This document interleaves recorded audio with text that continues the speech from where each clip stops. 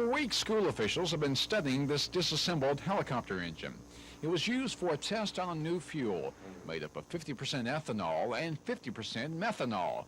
The results were good. The engine is running cleaner, cooler, with less maintenance, and at more power, which is very significant, and at lower cost than avgas. Eveleth is director of research at the college. For 4 years, he's overseen the testing program for alcohol fuels. The ethanol-methanol mix is the 6th fuel tested. After running for 50 hours, this engine was taken apart and studied. Eveleth looked closely at the combustion chamber and power section to see the effects. The engine was very clean when we got through. The power section was in excellent condition. Eveleth wants the Army to test his fuel in its TH-55 helicopters.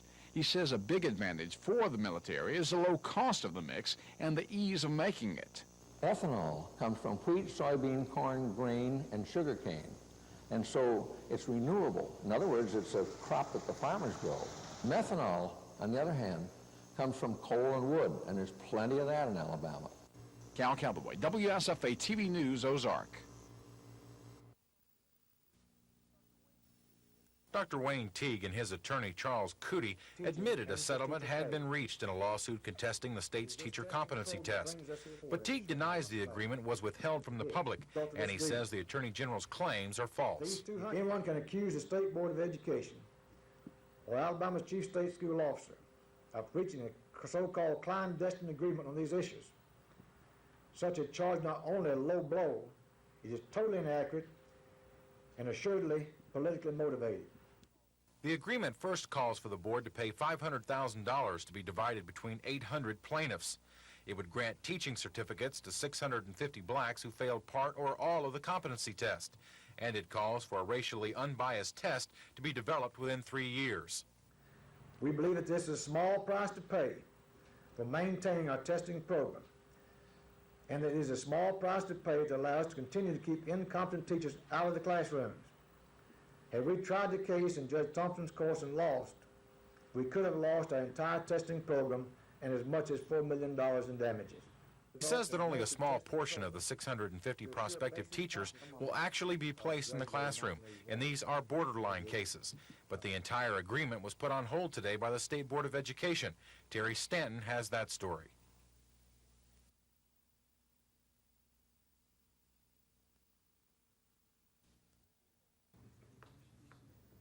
The State Board of Education is upset that they weren't allowed to vote on whether to accept the out-of-court settlement. Board Attorney Charles Cootie says a vote by the board is optional, not mandatory. The attorney says it's best to settle out of court because of potential problems that could push the teacher testing program back several years. What we have done in the settlement is to ensure that a testing program will continue, that a better testing program will be coming about in the future. But the board still ordered Cootie to ask Judge Myron Thompson to ignore the settlement. We pass a resolution saying that we instruct our attorney to inform the judge in this case that we have not settled the case until this board votes. Board member John Tyson says the whole issue is a matter of trying to find out who runs education in Alabama, the Board of Education or the state school superintendent. In any case, the board will go to court on April 22nd unless Judge Myron Thompson agrees with plaintiff attorney Donald Watkins and upholds the settlement. Terry Stanton, WSFA TV News. For most of the students in the wheelchair race, it started as something of a lark. I think it'd be a lot of fun. I think it's going to be fun. Go!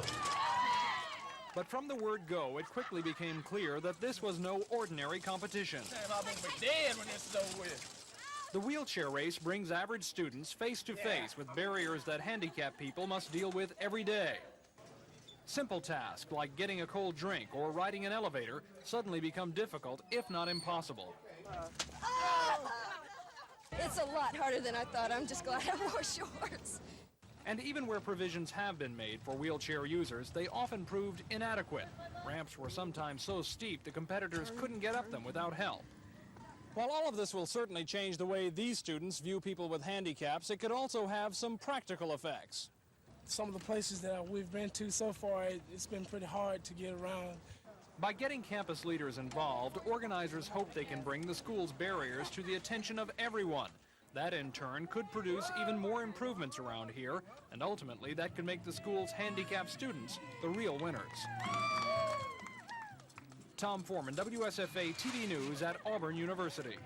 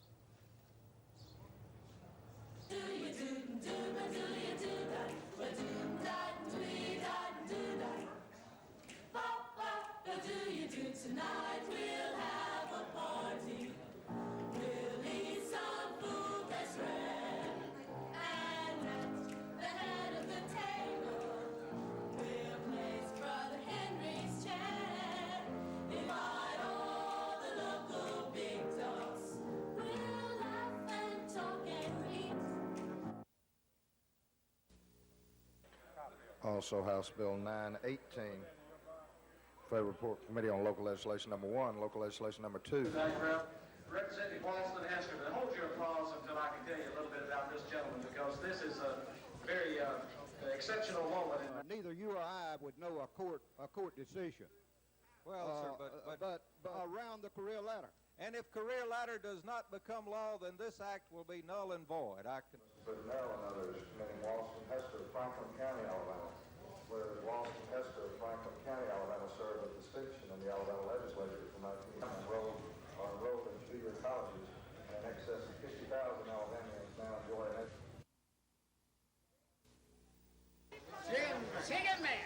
For the past few years, Labor Day barbecues and primary election campaigning has gone hand in hand, but it's taken more heat than that from the hot summer sun. For Secretary of State Don Siegelman, it's been a procedural nightmare. The primary falls literally weeks before the general election, leaving little to no time for the technicalities of contested races, runoffs, lawsuits, and vote counts. But today, the Senate passed a bill that will solve those technical problems by moving the primary back to June. And both Democrats and Republicans see ways their party can benefit from the change. Yes, it does allow our nominee after a primary, a heated primary, and a heated runoff to have the healing time with his opponent and with the other voters, and it also gives him time to raise some fresh money that he'll need going into the general election. All of the emphasis, all during the primary period, is on the hotly contested Democratic races, and then you see someone emerge from that race flush with victory, momentum behind him, and the Republican candidate has to take him on 6 weeks later. The Republicans say this will give them more exposure time. One other obvious effect of this change will be a much longer campaign season. Rather than 6 months of heated campaigning during the summer leading up to the November general election, it will be closer to 9 months of campaigning beginning as early as February or March. Chris Grimshaw, WSFA TV News at the Capitol. We reward them down the line by 18 members of a 35-member committee in a position right now to take one step backwards in education. Today morning, I received at that time. I don't know why this settlement, quite frankly, is such a big secret, but it has been. But I've got a strong suspicion that the formal settlement in this matter is being withheld until the career ladder plan, now pending in the Senate, has been enacted into law. The folks who are involved in this ridiculous settlement are the same folks who are trying to sell the career ladder as a performance-based pay plan for teachers. The whole fiasco with this lawsuit and settlement illustrates my basic objection to the career ladder, and that it is the totally subjective nature of the valuation method envisioned in the bill.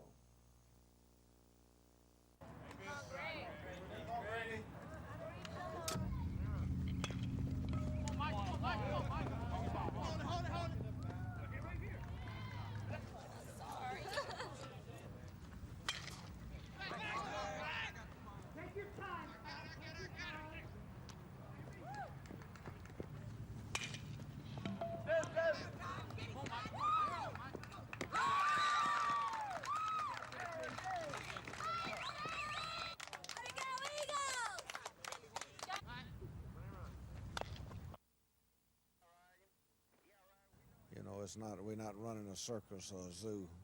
We're trying to coach a football team, and if things get personal on the practice field, then you know, we don't, like I said, we don't want people over here to. We just rather keep it between the coaches and the players, and some of the things that we're doing offensively and defensively maybe not need to be on the street. But really and truly, I think as much as anything, Phil, we're trying to keep it in a more of a working situation than having a lot of, you know, folks walking up and down the sidelines during practice.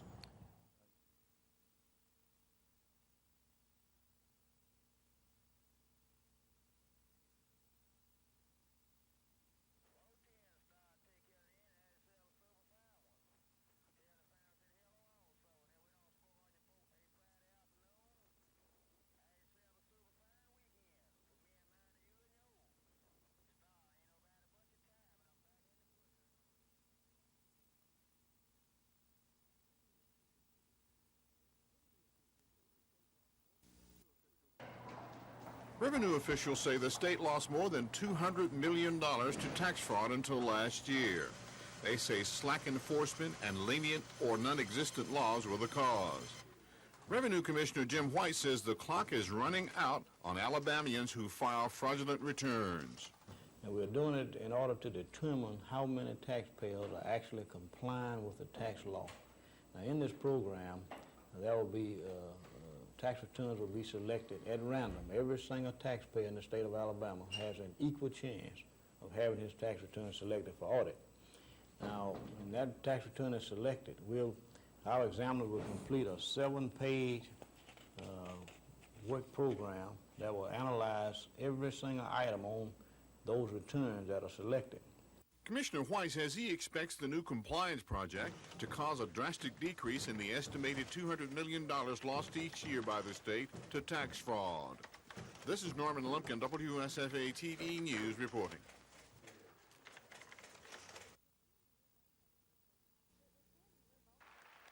It was standing room only in the State House chambers, but not necessarily full of the elected officials you would expect. Together, we must execute the duties and responsibilities that we have all accepted when we decided to become participants of the most outstanding youth and government program in this nation. And with that statement, the 37th annual Alabama YMCA Youth Legislature is in session. More than 650 high school students from across the state will spend the next 3 days putting into practice the legislative procedures they've been learning about for the last 9 months. In true legislative form, the traditional roll call was a chance to count delegates and brag a little on the hometown crowd. Madam President, my fellow delegates, Birmingham is proud to present some of the rip-roaringest, rootin'-tootin'est legislators and barristers known to mankind. The students have elected their own leaders and written their own bills, which range from raising the legal drinking age to creating sexual awareness courses for the classroom. Our leaders of tomorrow learning the ropes of state politics today. At the Capitol, Carrie Gordon, WSFA TV News.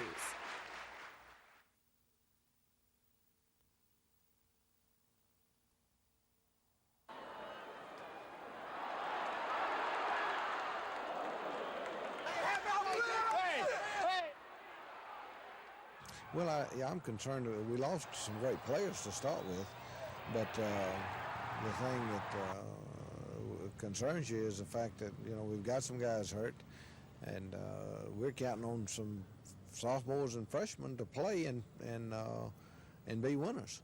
And right now they're not. So we've just got to work extremely hard, everybody, to bring these guys along to where they're going to be good enough to line up and win with next year.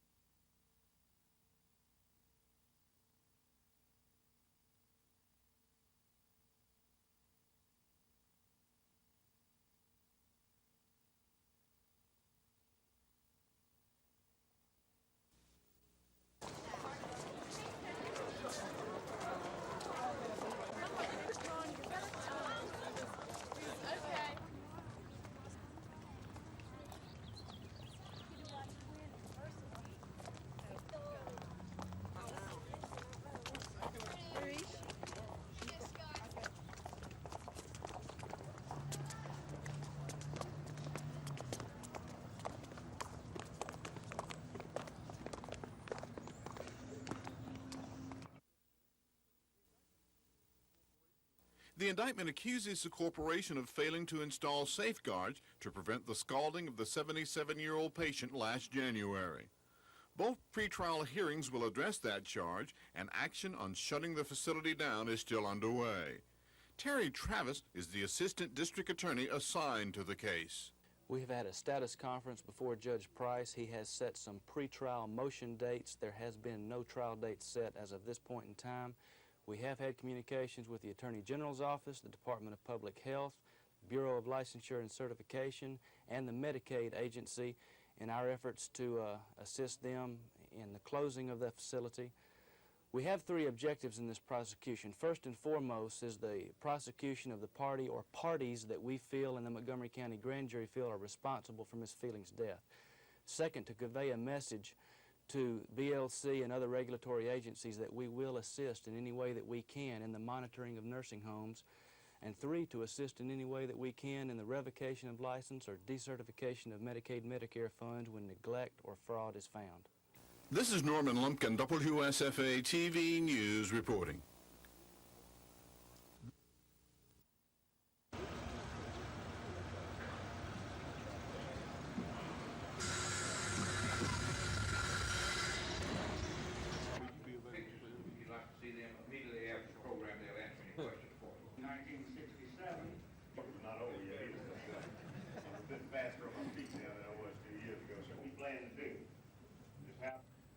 I think there's nothing that thrills me more personally than to see a group of citizens within a community, particularly in our community, getting together and putting their support behind something that's going to benefit a lot of the other citizens that are going to need sight work, going to need ophthalmic surgery and various other procedures done to their eyes. So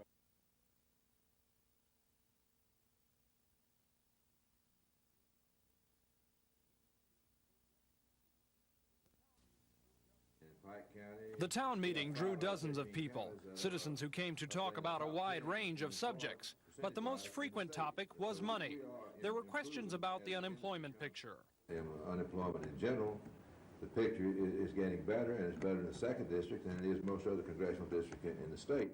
Questions about inflation. All I can tell you is that you're paying less for food than you were 3 years ago, or 4 years ago, or 6 years ago. And with the yearly tax deadline rapidly approaching, there were questions about our nation's system of taxation. One man called it out of hand and said there are tremendous inequities between the rich and the rest of us. I really think that a sincere, genuinely well-motivated effort is going forward in the tax revision. When it was all over, there were mixed reviews. I think it was a good meeting. I think it served a purpose. To give people an opportunity to air grievances and things, but I don't think that some of the answers were factual. So whether or not the people were happy with what they heard at this meeting, it still serves a purpose. It lets them come face to face with their congressman and find out where he does or does not stand. Tom Foreman, WSFA TV News. Doing this thing. We want to thank WSFA TV 12 for coming out. Of course, now they came over, then they came out last night.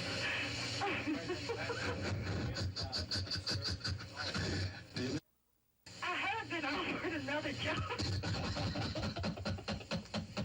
Played right along with you. How much do you pay?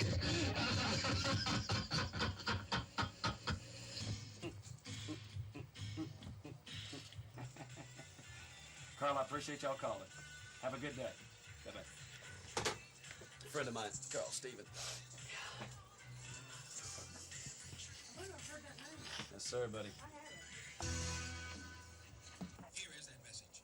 Now you can become a lifetime Magic Video movie member for just $10. Well, the hell with it. All these people in here, his head is I can go home. I haven't gone to sleep since last night, and I'm tired. I'm gonna make you a dub of that tape, I promise, and I will send it down to you. Will you take care of yourself? Well, you take care of yourself. Bye. Keep working hard, and if you'd like to maybe relocate to Birmingham, there's always that, because you know there are no females on 995. Could be a good time to become the first. Besides, it'll give me a chance to finish what we talked about. Yeffa! Yeffa!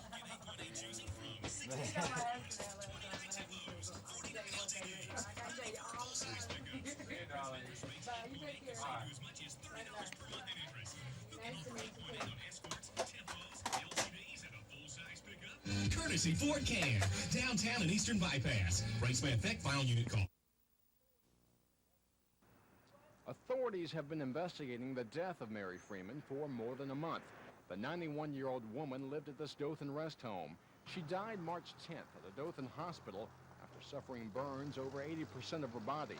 Authorities say Mrs. Freeman was burned in this bathtub at St. Michael's Rest Home by water measuring 189 degrees. St. Michael's has been closed since late last month when rest home owner R.B. Cottonreader voluntarily gave up his state operating license. Up to now, no criminal charges had been filed in the case, but today the grand jury indicted Reverend Cottonreader. The grand jury has charged a 53-year-old Dothan man with manslaughter in connection with the Freeman death.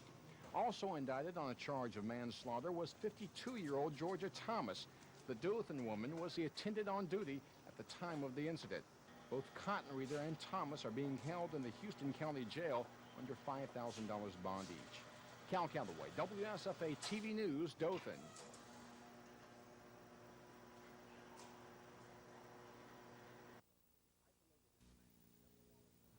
Isolated in the mansion, Governor Wallace has let little slip out about his state of health. Sources say the governor wouldn't take his doctor's advice to go to Birmingham for tests and decided instead to have the x-rays taken here. The governor's press office has had little information about the governor's condition or his schedule. While reporters were told he would leave on the state plane for Mobile to meet with Navy officials, the governor was actually at Jackson Hospital having the x-rays taken. Press aide Billy Joe Camp, reached in Mobile, said the governor was tired from the single trip. There aren't any results yet from the x-rays. Camp says the governor's pain may be in his spinal area and related to the 1972 shooting which left him paralyzed, a shooting that has led to several hospital stays during this term of office.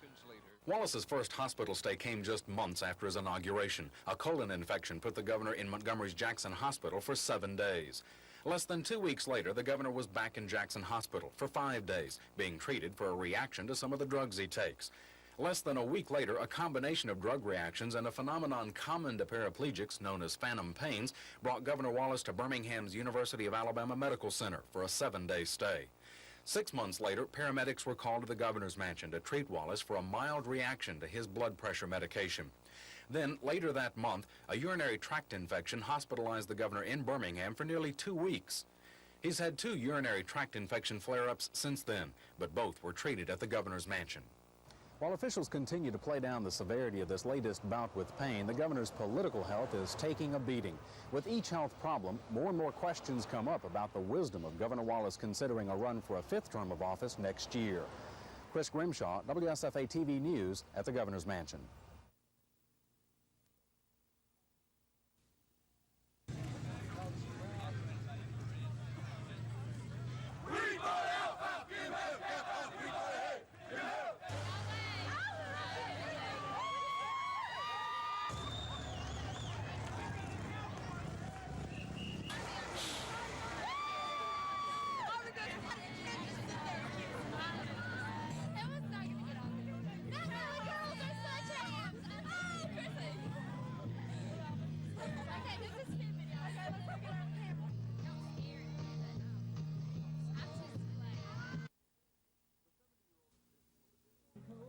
The 70-year-old tradition was a bit more reserved this year. The beer and whiskey didn't flow until after, and the house-sized Confederate flag remained folded. Except for these minor changes, the Kappa Alpha fraternity's Old South Parade was the same. 200 Confederate-clad KA brothers and their Southern Belle dates marched through Auburn waving the stars and bars. The annual event was in jeopardy earlier this year. A black student group objected to the parade and the flags, saying it was a racial slap in the face. But the fraternity and an ad hoc student committee disagreed. It's two things. It's a social event mainly, and it's a time where we have a real good time, but also it has a little deeper meaning. You know, it means a lot to us to think about some of the ideals that KA was founded on. As the Old South Parade wound its way down College Avenue, only a few blacks watched from the curb. I think it's symbolic of the social ills that America and the world suffered through these years. How do you feel about the parade and all the publicity that it's gotten lately? I think it was a little overblown. I think everybody kind of probably realized that today when they saw that it was only a 15-minute event.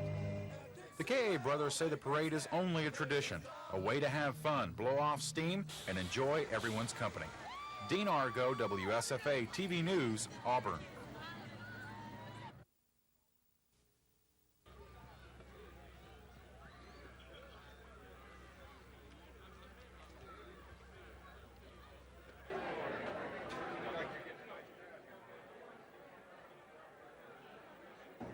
And I see Mr. Trotman and Mr. Davis here who we had a little contest a few years ago, but I want you to know I appreciate them. I've never seen people work with me better.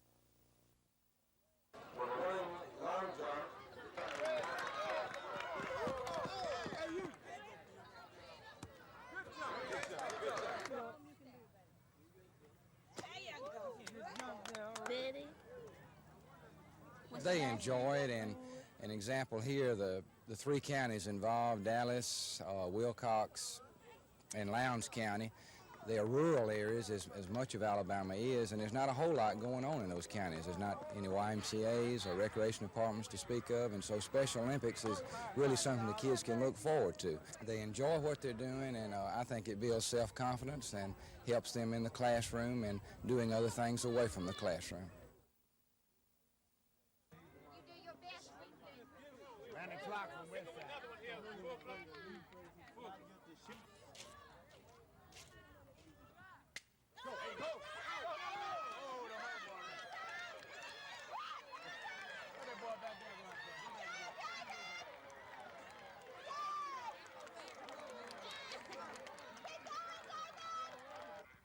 See that ugly boy? Mantle. Thank you, Jared. That was when I retired. I was third. Well, I'm very happy about it. I think it was a great thing for Mr. Huber. It was a nice thing for him to do. I don't know how great it was, but it was really a nice thing for him to do because he didn't have to. Everybody knows that Mr. Kuhn thought it was right. I saw Mr. Kuhn on TV last night. He says he still thinks it would have been right for Min Willie to be barred from baseball. I don't know why, but that's what he believed. And they were kind of friendly, or I guess they still are. And Mr. Uberoff, to go ahead and do that was, it took a little bit of guts, and it was nice of him to do it.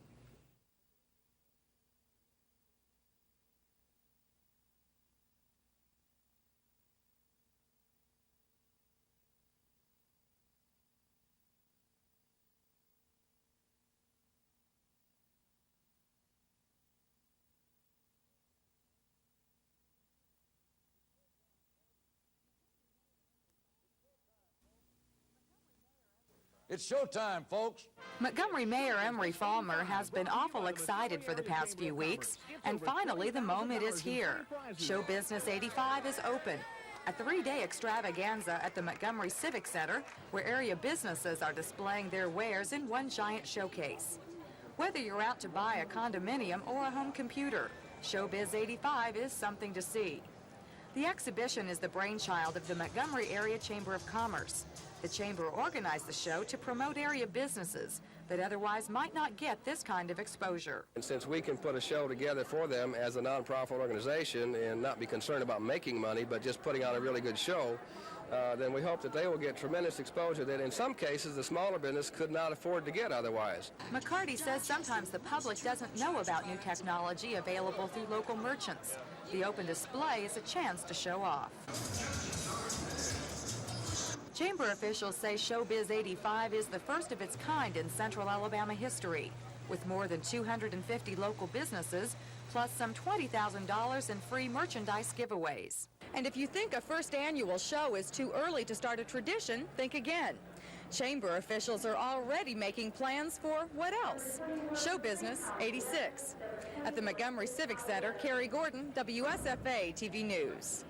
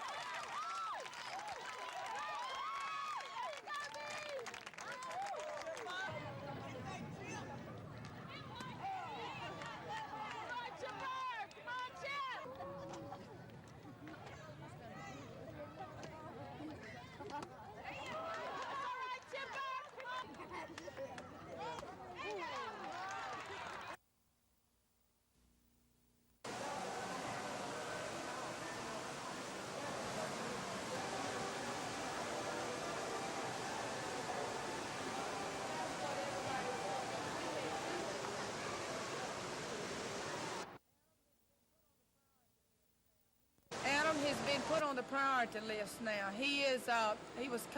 Dallas was contacted Wednesday, Pittsburgh was contacted Thursday. So as soon as they get the infection cleared up, he'll be ready. Due to the fact that his disease is progressing much faster than they expected, yes ma'am, they've had to move it up.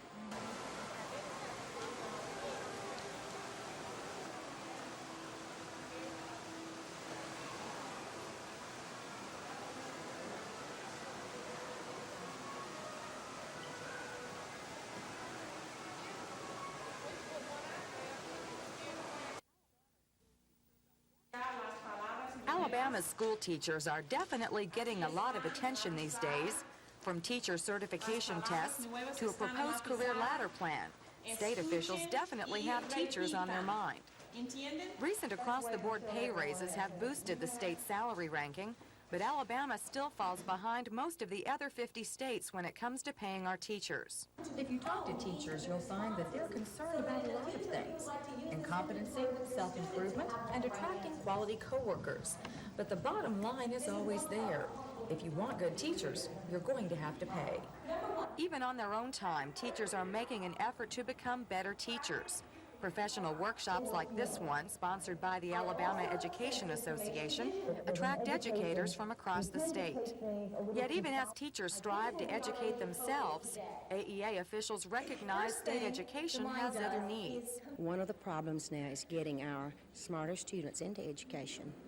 And we can't do this as long as our pay scales are what they are. The AEA sees a possible breakthrough for education in the so-called Career Ladder Plan, a program designed to entice quality people into the profession and then propel them into more money through advanced education.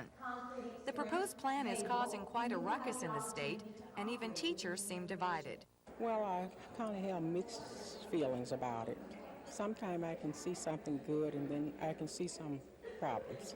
Well, I don't have a feeling yet. I feel it's still incomplete. I don't have enough information to make it a statement. I think the career ladder should come. It's the best thing that we have. And we've got to pay money to get teachers. Outside of the career ladder topic, most teachers here agree the education picture is improving in Alabama, and all this attention can't hurt. Yeah, we're getting noticed, that's for sure. Carrie Gordon, WSFA TV News. After all these years, it is. And Ms. Hendrick, where are you from? We're from A-Ray.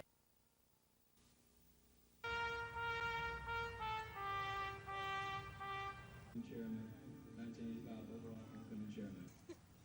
Hold it with your hand down.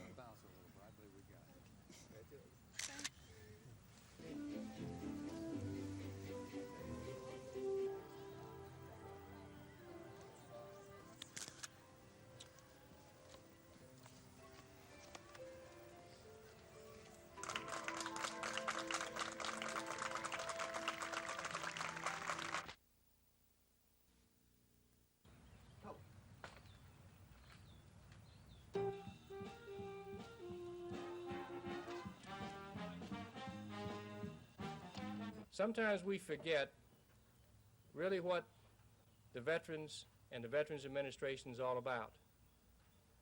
You can see among you now some of our patients, and if you look at the country, there are 28 million veterans that have served in the armed forces in the wars of World War I, World War II, the Korean War, the Vietnam War. We even have a few that go back as far as the Spanish American. And not long ago, one of the veterans looked out the window and he said, "Oh, it's been forever since I've been out there, and I sure would like a spring fling."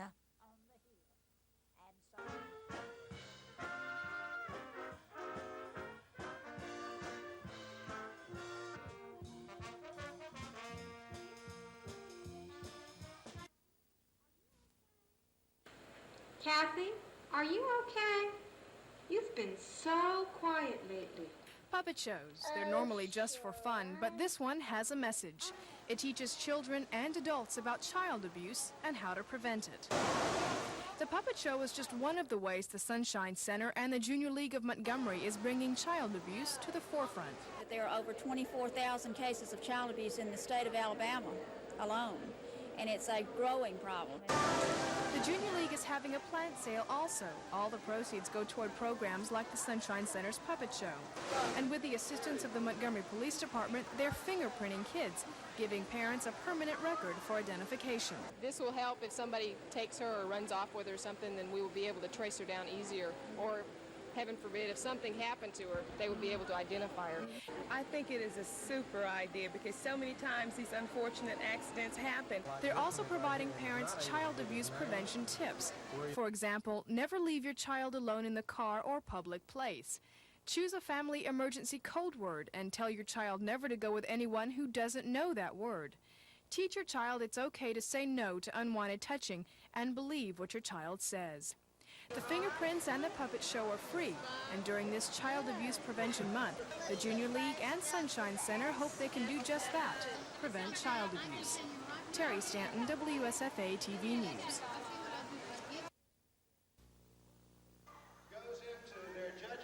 It's a Friday night in Ozark, and these young people are playing it straight.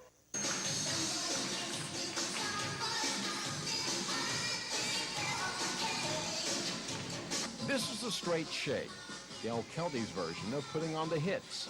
Straight stands for Sub-Teens, Recreational Activities to Educate. It's part of the Dale Kelty Alcohol and Drug Abuse Foundation.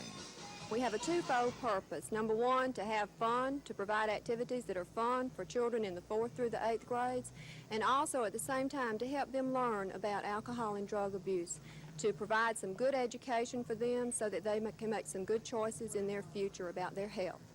The education comes in many forms, from exhibits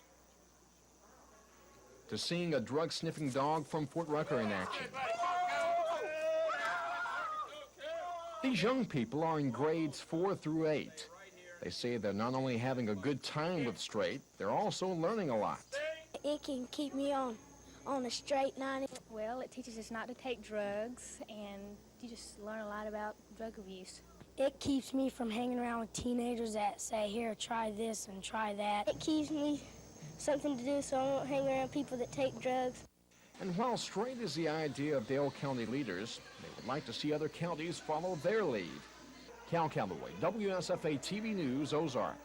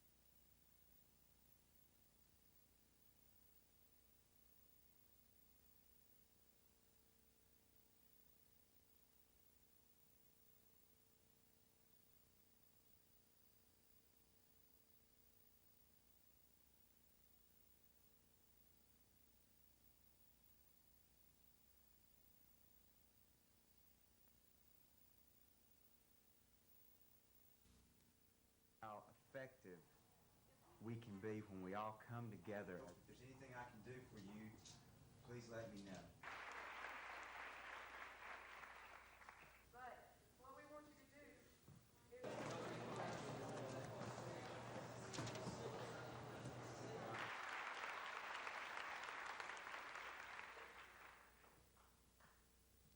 is... I hope will serve you as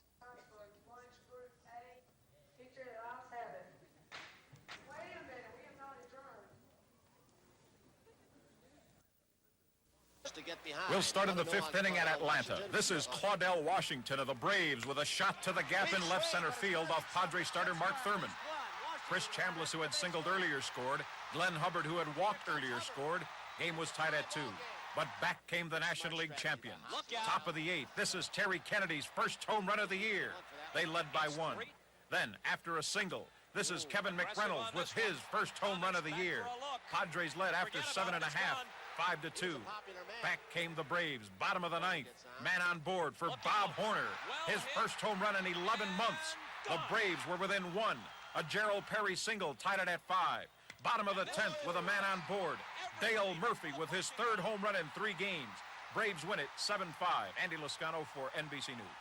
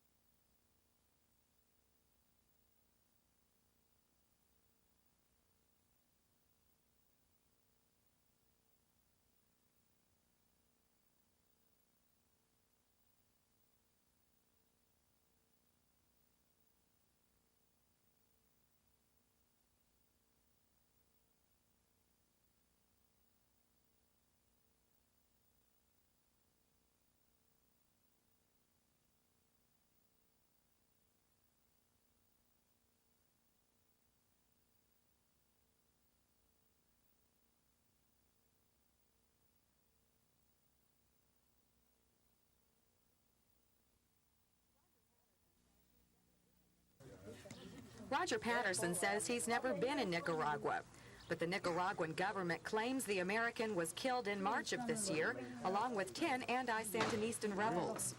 The Nicaragua announcement says government soldiers found a body carrying the military dog tags of a Roger E. Patterson. The trouble is Patterson has his dog tags with him at his home in Selma. I don't know any reason why. I don't know. Why me? That's all I could say, you know. Why me, you know? I can't think of any reason why, you know.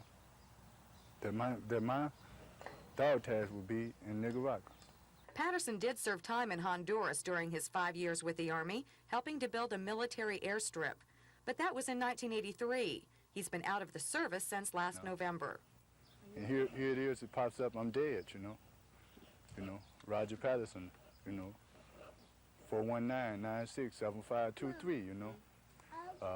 We got his body in Nicaragua, you know, that's what they're telling me, you know. The Nicaraguan report claims Patterson was a mercenary, fighting alongside anti-government forces when he was killed March 25th. The 22-year-old disabled veteran says on March 25th, he was home in Selma looking for a job. The report of Patterson's death is not the first for Americans in Nicaragua. Last September, 2 men were killed when their helicopter was shot down over a Sandinistan training camp. Both were members of Civilian Military Assistance based in Decatur, a group which provides supplies and training to Nicaraguan rebels. Patterson says he never knew about the group until Saturday night, when a man telephoned from Washington asking him if he was a member.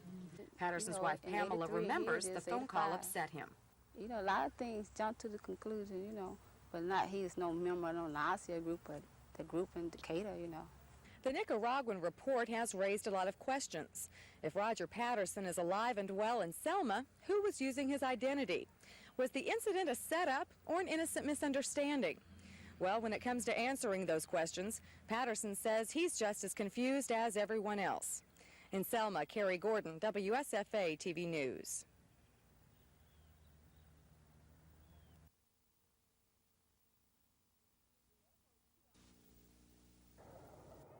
The FOP officers have much on their minds in this 38th annual conference, life and death issues, including the importation of armor-piercing bullets. For the past 6 years, policemen across the nation have fought to have a bill passed in Congress which would ban those bullets, but they have been met with strong opposition from the powerful National Rifle Association. We seek to prevent the killing of police officers by these particular bullets. Also, these bullets are responsible for the death in the McDonald's massacre in San Diego. 9mm Czechoslovakian ammunition penetrated 3 or 4 seats and then killed someone on the other side. A bullet that would have been soft-nosed would have hit something and then dispersed. In Alabama, state FOP members are pushing for a minimum pay bill, which would guarantee that officers receive wages of at least $1,300 per month. A similar law passed last year for county deputies. The state FOP president says some cities are now paying policemen less than $800 a month. In the larger municipalities, most pay more than that, but the smaller towns is where our problems are. Although that bill is out of committee in the Senate, Hodges says it's meeting tough opposition from the League of Municipalities. Another bill, which Hodges says has a much greater chance of passing, is House Bill 589, referred to as the Mary McCord bill. Montgomery police officer McCord was shot and killed in 1982, but the murder conviction of her alleged assailant was overturned in 1984 because he claimed he didn't realize she was a police officer. FOP members were stunned by the state Supreme Court ruling and believe the proposed bill will provide for a more equitable law. We're talking about capital punishment, and we're talking about not having to prove that the defendant knew it was a police officer. I think that bill's got an excellent chance. Lisa Walsh, WSFA TV News.